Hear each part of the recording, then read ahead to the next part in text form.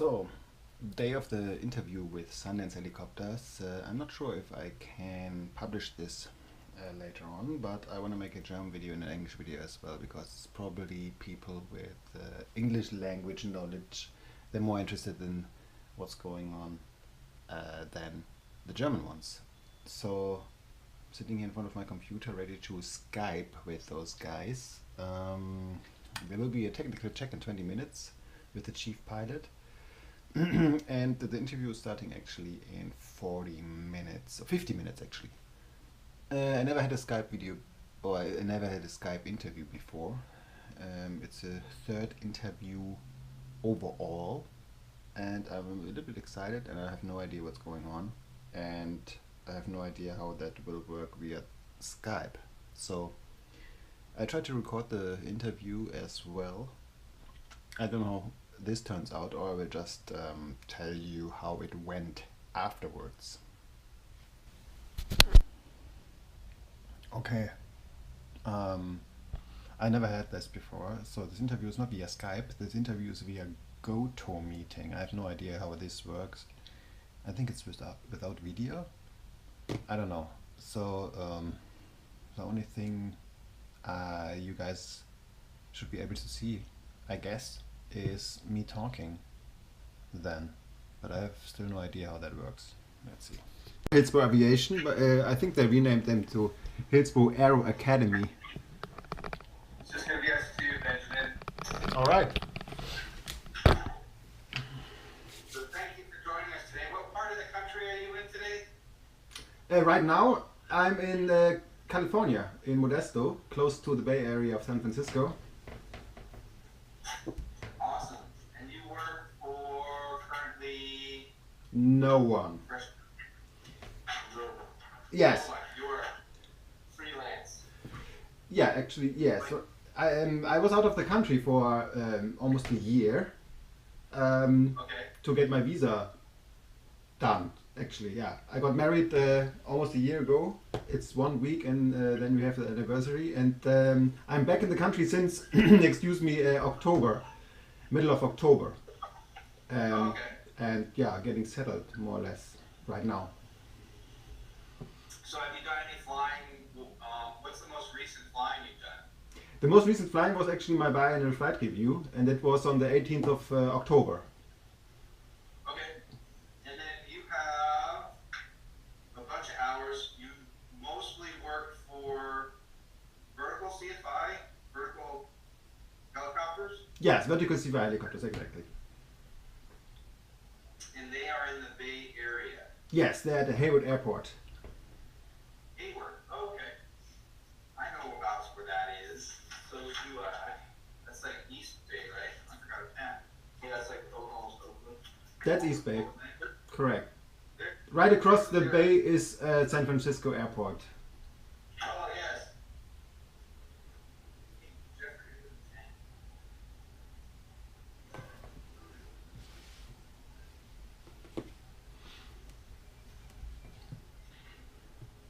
Awesome. So you have your visa now then. That's correct. And a green card as well. Awesome. Permanent resident. You are in. Well, welcome to the U.S. Yeah, thanks. That was not as easy as I thought. How many years did it take? How many years?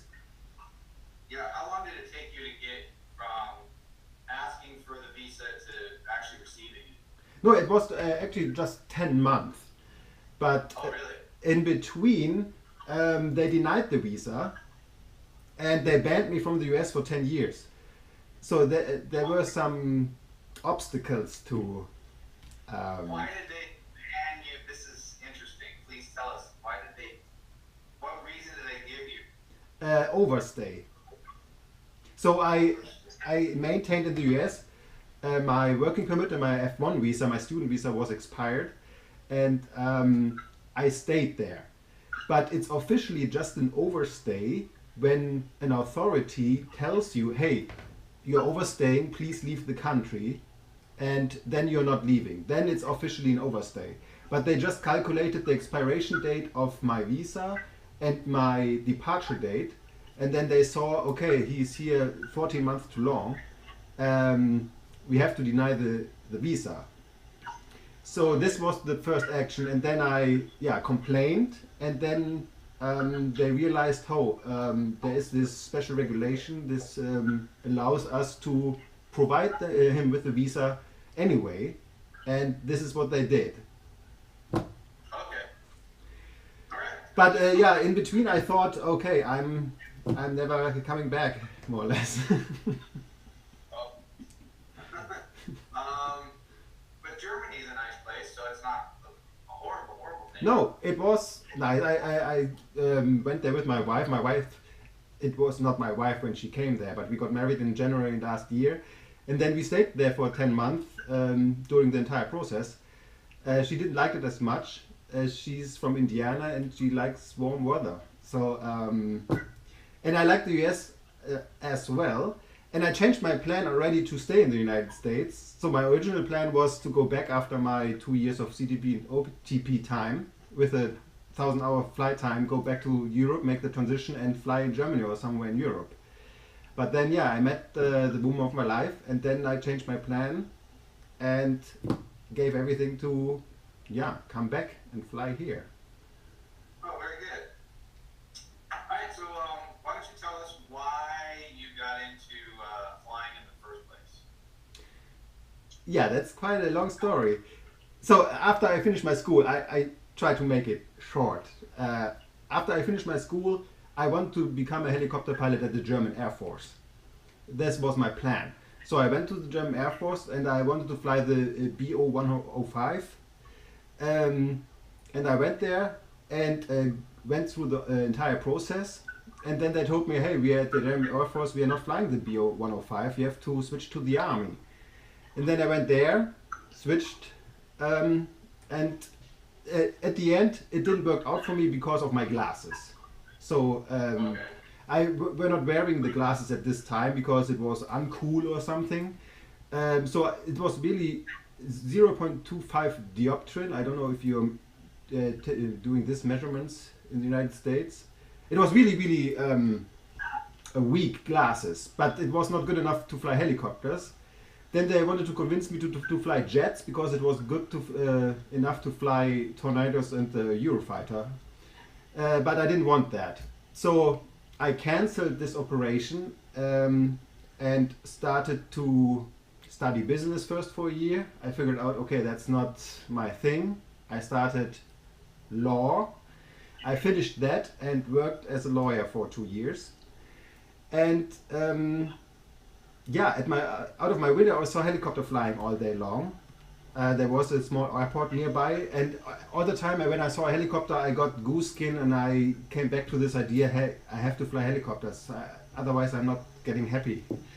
And that was the time of my life where I thought, I don't have a girlfriend and I'm getting too old when I'm not doing it right now. So I made those calculations and looked for flight schools, and I went to one of those Hillsborough Aviation meetings. They do it, I think, once a year in Frankfurt and Stuttgart, and make commercial for their flight school. So I went there and they convinced me, hey, to make the helicopter license in the United States, that's a great idea. You get hired by your own flight school and collect 1,000 hours, you come back, make the transition, and then you're set, more or less.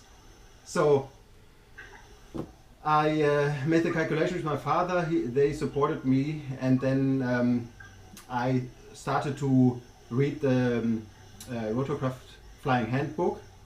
And 4 months later, okay, I have to go through the visa process as well, F1 visa, and then I started 6 months later and went through my entire training there. So CFII and instrument training and R44, because they told you, hey, when you make all this training, we hire you, and this is not what happened then. But this is how I got into the helicopter flying, actually. I always wanted to do it. I still get goose skin when I see an awesome helicopter. It's just my thing. Sometimes you just know what is the right thing to do. The craziest thing about this is, until I started my training, I never actually sat in a helicopter. I just knew that this is the right thing. I never regretted it as well. So this is how I got in it. So it looks like, so you're saying you did your helicopter, you got, where did you do your helicopter training? In Hillsborough. Hillsborough. I'm just looking for it. I didn't see it on there. Okay, doesn't matter. Alright, cool. That's good. So that's not on my resume because the resume writer on my at the Helix Success told me that's irrelevant at this point. Okay. Oh, yeah, Irrelevant. he's wrong. He's wrong. Okay, huh? Because I had this in there, and yeah. Yeah, at this point, we'd like to see it. And maybe on your next step, probably they don't really care where, but on Okay. this step, nice to see. Yeah, you want to, for us particularly in our field, pilots who go to a training academy like Hillsborough, it would actually look better on a resume. Okay. Good reputation. Yeah, they have a good reputation. The pilots that come from there usually do fairly well here. Oh, okay, that's good. What's MI Air Corporation? And where was that located? That was in at Chino Airport in Southern California. At which airport? Chino?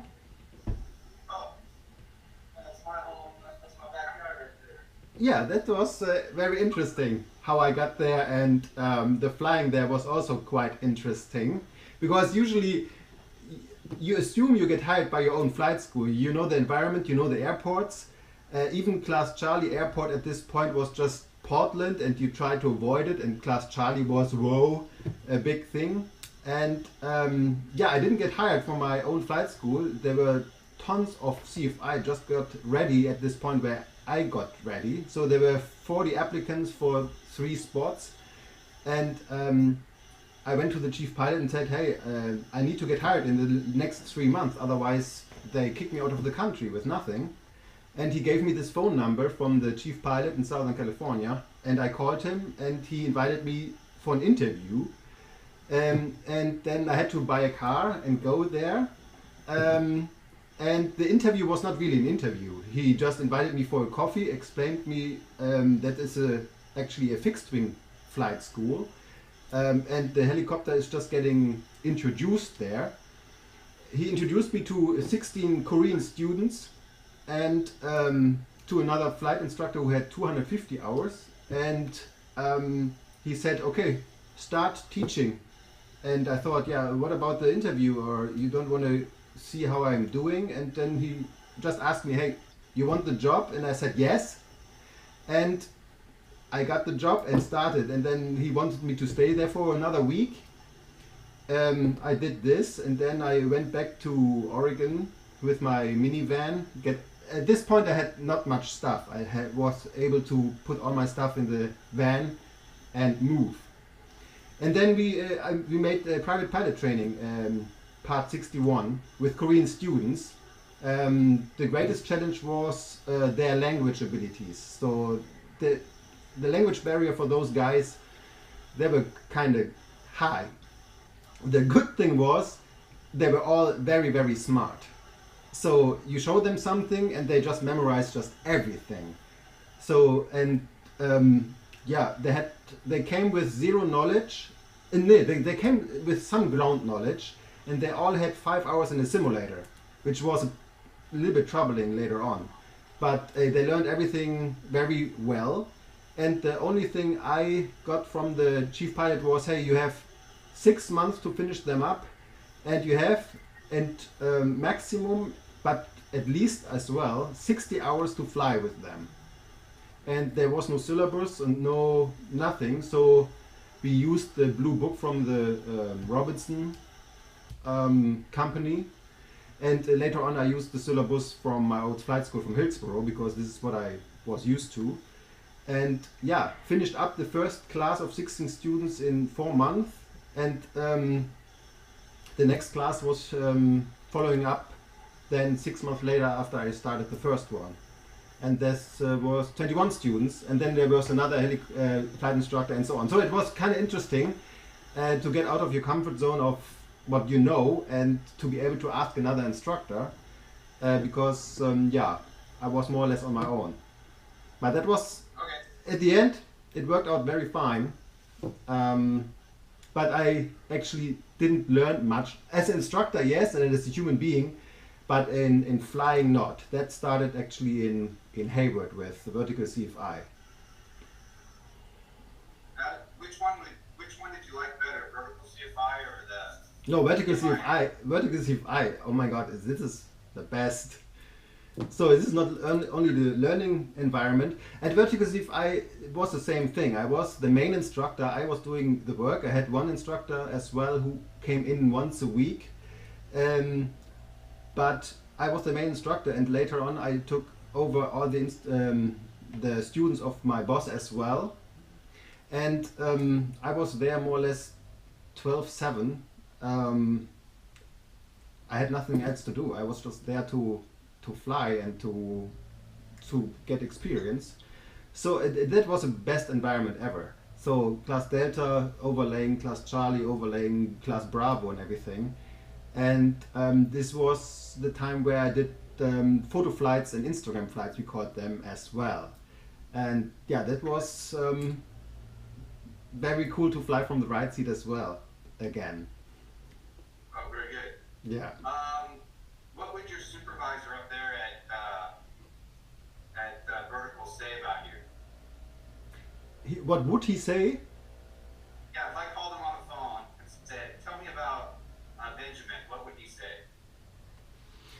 I hope only good things. So, so I had only one guy I competed with at the interview. So he invited me for the interview.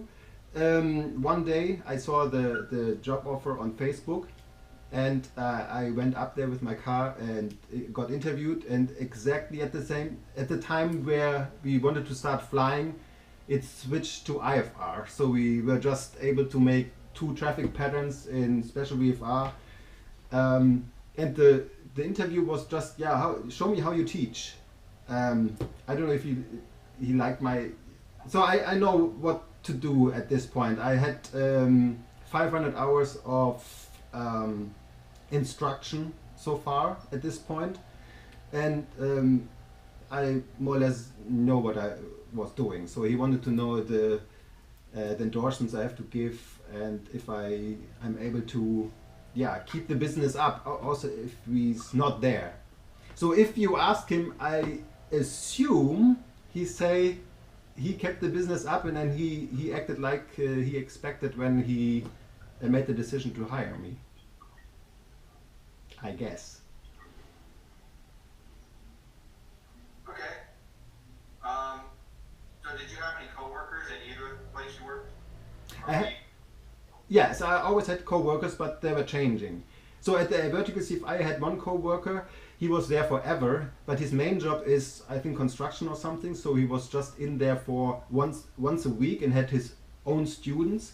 And I took over first 2 students or 3 students for my boss. They were not brand new. And then I took over all the international students because, yeah, I shared some of the issues they had with, yeah, language barrier and something like that. So communication for international students is usually the main issue they have. What would if I called your students and asked them about you, what would they say about you? I still in contact with a lot of students, so they like me as well. I was also, yeah, how do I say that? The lightest weight one. So I was able to fly with everyone. The others not. So they liked it to fly with me. They learned a lot. I had many different students, from very, very smart to yeah, a little bit. They had their issues. So the one student he didn't want to fly solo until he was perfect in his auto rotations, for example. And I wasn't aware of that. So in Southern California, the examiners, they are different than in the Bay Area. So our examiner in Southern California was the Robinson guy, Chris Tucker, And yeah, Exactly. and I don't know how some of the Korean students passed actually because they were not able to communicate. In the Bay Area, the examiner there, he always was finding something new, and then we had to adjust our syllabus and our training a little bit because he was just quizzing them or wanted to see something on the GPS, and he wants to see the perfect auto rotation. That was new for me as well. But yeah, I think the students, they like me, and they would probably say good things about me. Okay, good. In all of your flying career, what do you think the worst mistake or decision you've ever made while you were flying? I had a I had a flight with the students, a student to introduce him to a cross country, and east of Hayward there are those cascades, and if the fog or if the bad weather is coming in or low clouds, you have trouble to get over those cascades, and you can't fly through or over the highway because there are wires. And this was kind of a close call. So during the entire flight, I have the entire flight on YouTube, not on YouTube, on camera, and I reviewed it just 6 months ago, and I just said, "Oh my God, I would never ever do this again," because I said to the students during the flight at least 10 times, "We might go back, we might have to go back, and I wouldn't do this again." But this was the worst. It was close to the first photo flight I had, where the wind was kind of strong, and my boss afterwards told me he wouldn't have flown. But it was my very, very first photo flight. I remember it like it was yesterday. I just had a 4-hour break, and he came to me and said, "Hey, Benjamin, you have your first photo flight right now." And I used to be prepared, if not over prepared, for something, a new challenge or something like a photo flight. So I asked him, "Hey, why didn't you tell me yesterday or 2 days ago that I have this photo flight?" And he told me he is remembering his own photo flight, first one, and his boss told him a day in advance. And he was so nervous at his first photo flight that he wasn't able to sleep and everything. So he wanted to help me in not telling me before. So he was just telling me, "Okay, you have to fly here close to Sacramento, pick up the photographer, fly to Sacramento at the end of the runway, take some pictures, bring him back to the airport, and then come back. And here's my iPad, I prepared everything, the route, and go pre-flight and go." And then I had 30 minutes more or less to check the weather and everything. And the greatest challenge was I didn't fly from the right seat for 1.5 years. I didn't fly solo for 1.5 years. And the wind was, I think, 15, gust 20. And it was a close call, but I flew at this point. But okay, now I'm experienced enough for the R22 to handle those situations. But at this point, if I had to make the same decision again with the knowledge I have right now, I wouldn't do it again. But the flight as well went very smooth, and even the photographer said, "Hey, the pictures turned out quite nice, even with these conditions." The greatest issue I had with the first landing at the small airport close to Sacramento. But everything else was... These are the two things that was a close call there. Were any of the flights tour flights? Did you fly tours at all?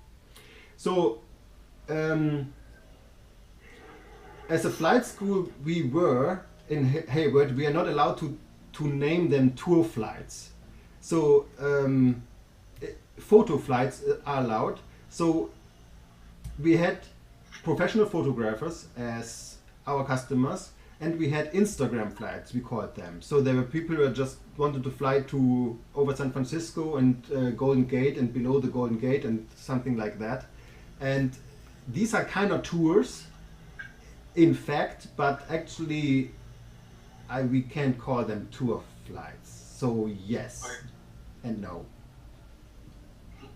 So did on any of those tour flights, did any of your passengers ever get unruly or Unruly. basically did they not listen to you or not follow the rules? So I had one guy. I'm still not sure what really happened. He made a weird impression to me. I told him, "Hey, everything all right?" And I'm not into drugs, so I wasn't able to identify what was going on until I sat in the R22, where you are really sitting right next to each other. And I asked him, "Hey, did you drink alcohol or something?" And he said no. And then we closed the door and everything, and I smelled alcohol definitely. And I told him, "Hey, you drank alcohol. You can't lie to me, and we have to stop the flight." And he said, "Okay, I had one small beer. Otherwise, I wouldn't be able to fly because I'm too anxious or something." So I did the flight with him. I probably didn't do it again. But during the flight, everything was fine. And yeah, they sometimes they want to do crazy things like putting their feet or legs out of the window and take the photograph from above the Golden Gate down. But that was fine. Everyone wants to do it. And yeah, as long as they listen to me, but usually they're afraid enough to listen to the pilot, and I had never really a bad experience with that. Okay. So the introductory flight, we made tons of introductory flights as well. They were more tricky than the Instagram flights actually. I had only one person who puked in my helicopter. A little, That's unfortunate. a little lady. Yeah, his father was kind of.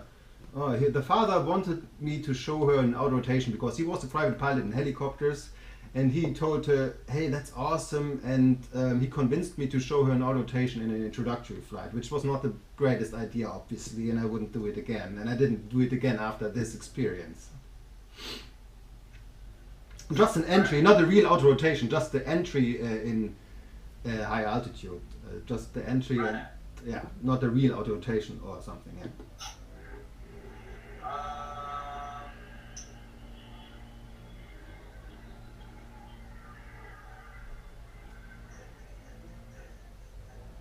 If you were responsible for making aviation safer, how would you do that?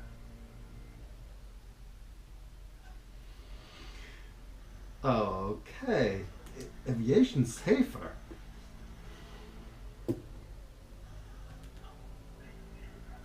Huh, I didn't thought about that. Uh,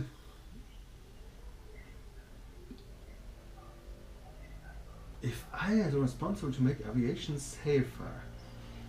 If you could change one thing about flying to make it safer, what would you do? Okay, every single aircraft in the air should have a radio.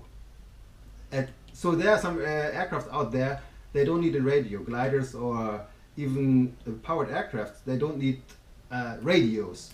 And I was actually back in Hillsborough when we flew up the Columbia River, when it was not a near miss, but it was very close, and this guy was they didn't have a radio, we figured out later.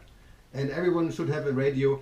And also the first time I experienced this in Hayward, that there are areas where it's not mandatory to communicate to the surrounding aircrafts. So there should be a regulation that you should always be on some kind of frequency to at least communicate with the area and let them know where you are. That was kind of interesting on my very first photo flight when I figured out, hey, I have no one really to talk to. Okay, you can talk to a Norcal approach to let them know and guide you, but no one is really required to talk to them. So you can just fly there, and actually nobody really knows where you are and what you're doing. So that would be a kind of regulation which I would prefer in areas like that. Okay. All right.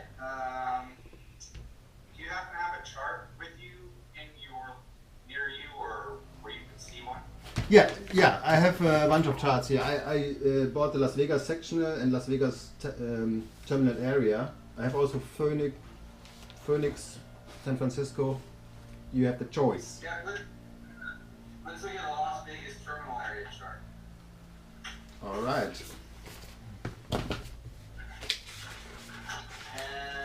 if you could find for me Henderson Airport, which is south of Las Vegas.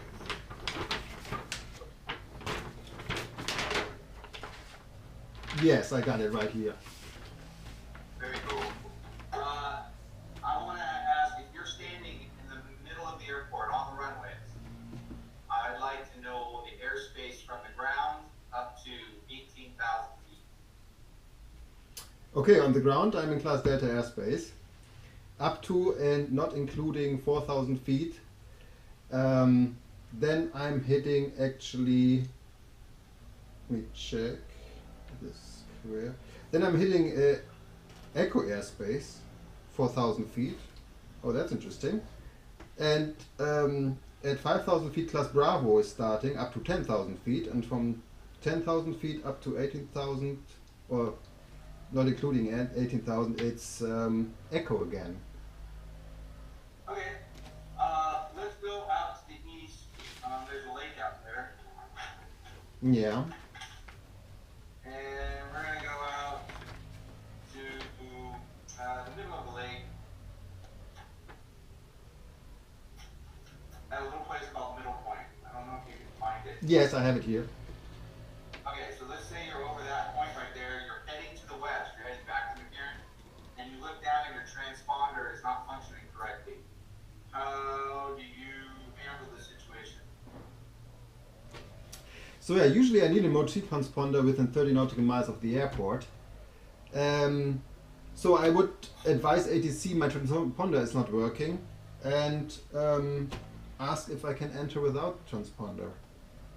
Okay. Let's put you down closer to the airport, but still on the east side. There's a little place called Lava Butte. It's a VFR waypoint. Little flag on it. Oh yeah. Alright, let's say you're at Lava Butte, and you just listened to the ATIS, and you're trying to get back to the airport, but the weather said, ATIS weather indicates that your ceiling is 800 feet, but your visibility is still 3 miles. How do you proceed?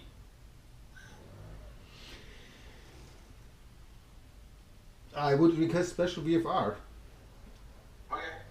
Now, they denied you a special VFR. What are some good options on where you might go? They deny special VFR. I had this actually once in Oakland on the way back. That was tricky.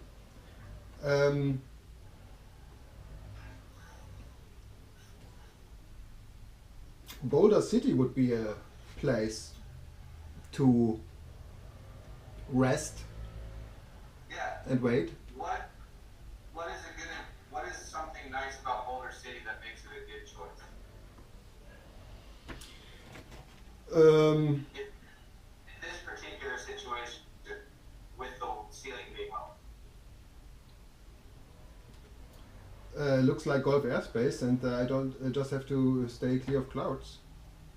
Alright, cool.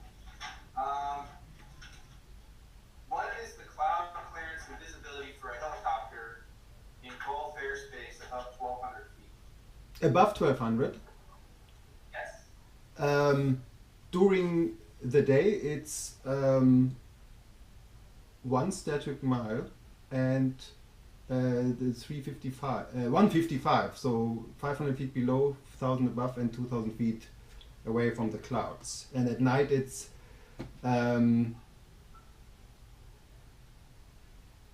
yeah, 3 static miles and 155. Okay. Let's say you take off from the airport in your R-22 and you're a mile away and your oil light comes on. How do you proceed? I would look for other indications if there's something wrong. So I would look for the temperature as well. I look for vibrations, weird noises or anything. And if there are something else which let me assume that there's really something wrong, oil leak or something wrong with the engine, I will have to land immediately. And if not, I can land as soon as practical, but would be aware that there might go something wrong, and I would be prepared to enter an rotation at some point. Okay, let's say that you are north of Hayward by about 50 miles, and you're heading back to Hayward, and your alternator light starts to flicker. Doesn't stay on solid, just flicker. Mm-hmm. What are you gonna do? Yeah, first I would try to reset it. So I switch off unnecessary equipment more or less and switch it off for 1 second. I think this was 1 second, and switch it back on, and yeah, hope that it's coming back on. If it's not coming back on, you never know how good the batteries of the R22 are. So you have more or less between 10 and 20 minutes, no one can tell you, only of battery life. So what I would do or what I can do. So I would land on the nearest airport where maintenance can be performed. You probably could make it back, but without governor and equipment you need the battery for, tachometers or something. I would land as soon as practical. Okay. What do you think some of your weaknesses are as a person? My weaknesses. Yeah. I went through some interview questions, and this is a question where I always struggle with what to say. What are my weaknesses? I trust people too much, actually. This is what I came up with. I don't know. I believe everything when they have a nice smile or whatever. This is probably one of my weaknesses. But yeah, I got rid of some of the weaknesses during my experience as a helicopter pilot. You know, those hazardous attitudes. I was overconfident at one point, and I caught myself. And yeah, but with this flight in marginal VFR. But I would never do it again, so I learned from my mistakes. So yeah, but I'm still too trustworthy at some point, Okay. I would say. Not too trustworthy, it was a wrong word, I think. I trust too much, so yeah. That's fine. If you get a job here, we're going to do a background check on you. Is there anything in your background that's going to pop out? No. Okay. Never been arrested or anything? Okay. For 10 years. Just banned for 10 years. No, I never got arrested. I don't have any exciting stories about that, no. Why do you want to work for Sundance Helicopters? So the thing is that my plan was to work in Europe, and when I came back, the first thing I attended was 2 weeks later was the Helix Success, to figure out, hey, what's going on in the industry, who's out there. I had no idea. I changed my plans. So in you guys were there at the Helix Success and introduced yourself, and you were nice people. I talked to the German guys there and to the employees, and they were all nice and open. And yeah, this is a company I know the most about. And you have great helicopters, you have a great company. You invited us as attendants to your home, more or less, to this pizza and beer thing. Yeah, and I liked it. And this was, from that on, that was my favorite, even if there were Papillon and whatever as well. But yeah, since I met you guys, I know who I'm dealing with, actually. And yeah, this is the main reason. And I saw on the homepage you have a great training program. You just hire the best pilots and be a part of the team of the best pilots. What can you dream about more, huh? Cool. Are you thinking about interviewing over at Papillon or Maverick? Have you applied? It's okay if you have. I'm just asking.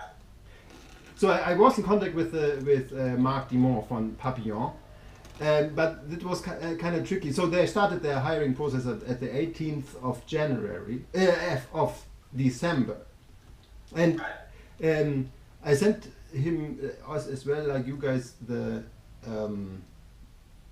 resume before I went to Helix Success.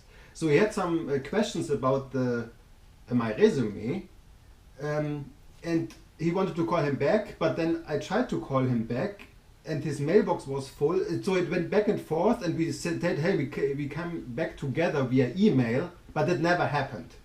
And then the interview or the appointment with you guys show up, and I just said, okay, if this is not going to work out, I might try this again, but you were my favorite from the beginning on, so if this works out, I don't need this anymore.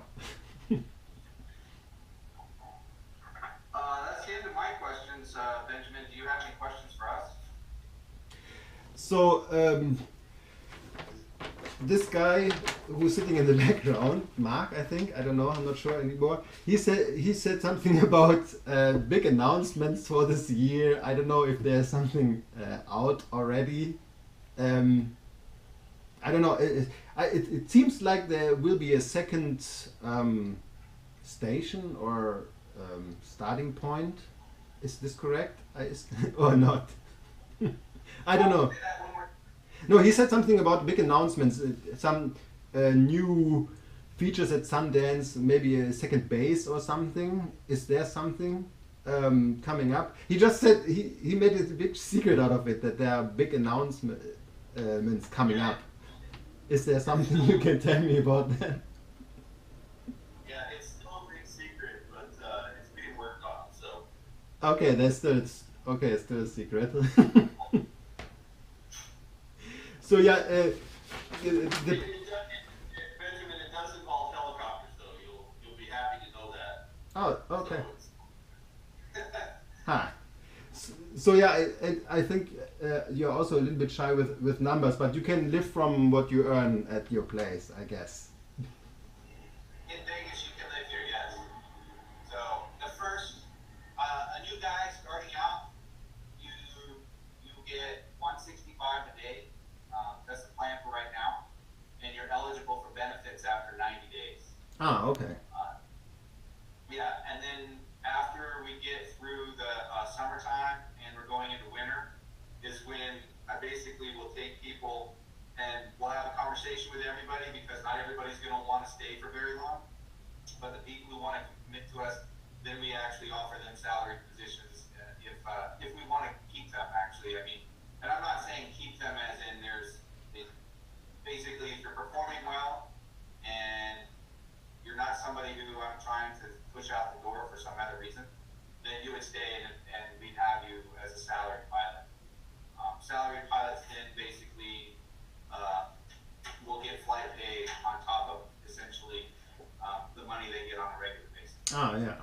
So I have one more follow-up question, I guess.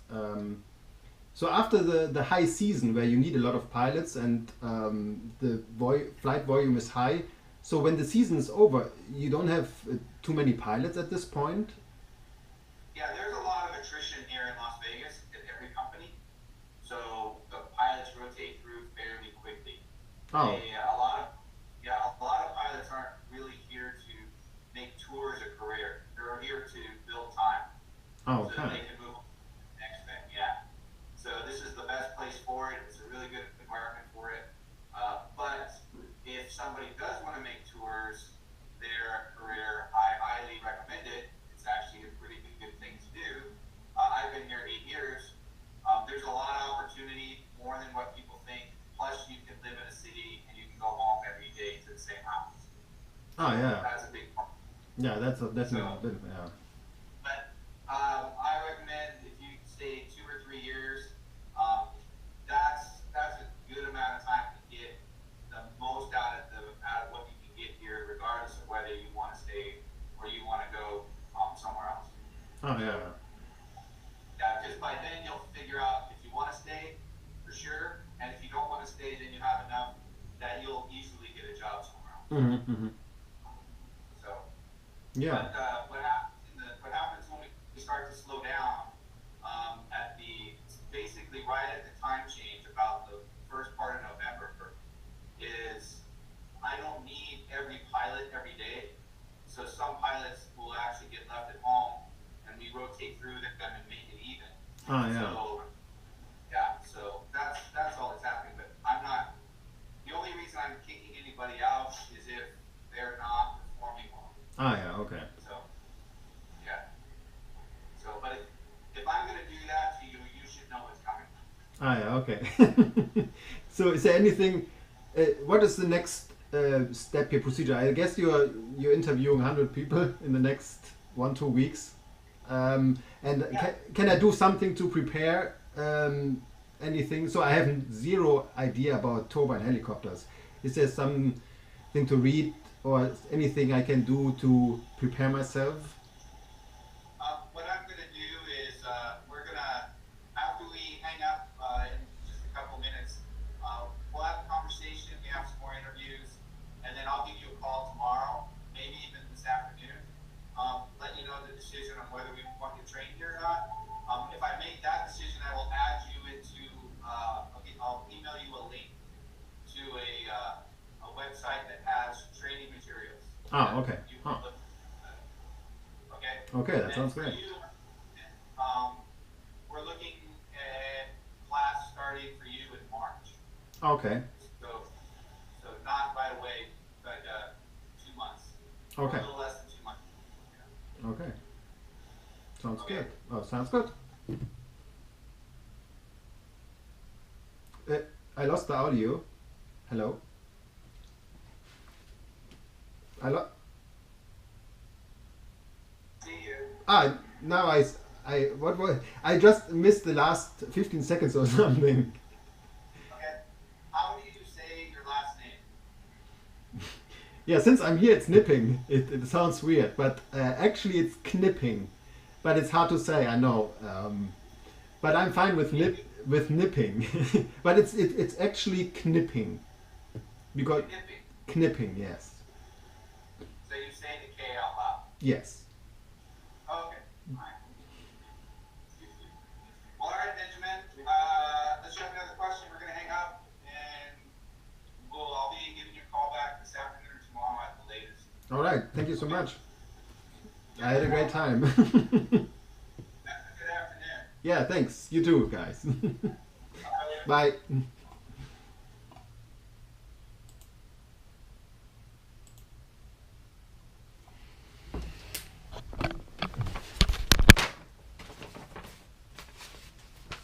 Okay, that was the interview with Sundance Helicopters. 3 guys were quizzing me, but not them. I were so crazy over prepared. They just asked me about airspace, one question, the transponder questions, and what the heck? Really? Okay, good that I reviewed everything. But I didn't need anything of the knowledge I just learned for 1 week and made me stressed out like crazy. Oh.